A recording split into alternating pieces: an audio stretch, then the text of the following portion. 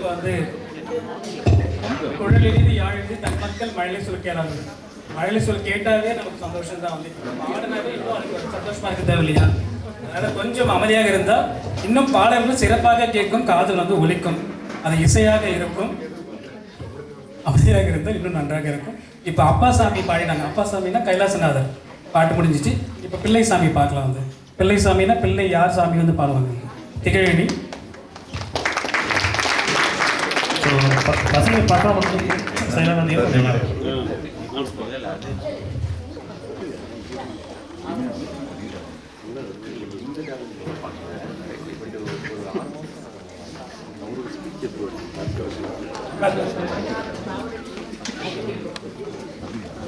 ஸ்டேஜில் இருக்கு.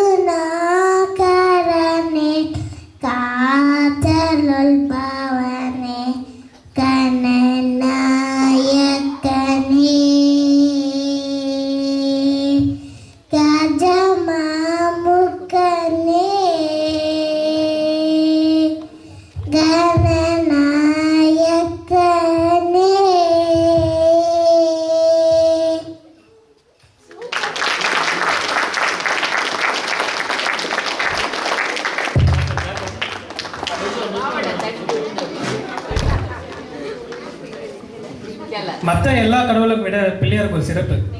எல்லாரும் வந்து ஊரெல்லாம் சுற்றிட்டு வந்து என்னென்ன பண்ணுவாங்க, பிள்ளையார் மட்டும் உட்காந்துருந்து நீ போயிட்டு வைப்பேன் நான் பார்த்துக்கிறேன், அதனால் நான் பக்கத்துலேயே உட்காந்து அப்பா அம்மா வேண்டி நான் எல்லாத்தையும் பெற்றிருக்கேன் அப்படின்னு சொல்லுவாங்க. அதனால தான் அவர் முழு முதற் கடவுள்னு சொல்கிறோம். மற்ற எந்த கடவுளையும் நம்ம முழு முதற் கடவுள்னு சொல்ல மாட்டோம், பிள்ளையார் மட்டும்தான். ஏன்னா அவர் தாயும் தண்டையும் வேண்டி பெற்று வருது.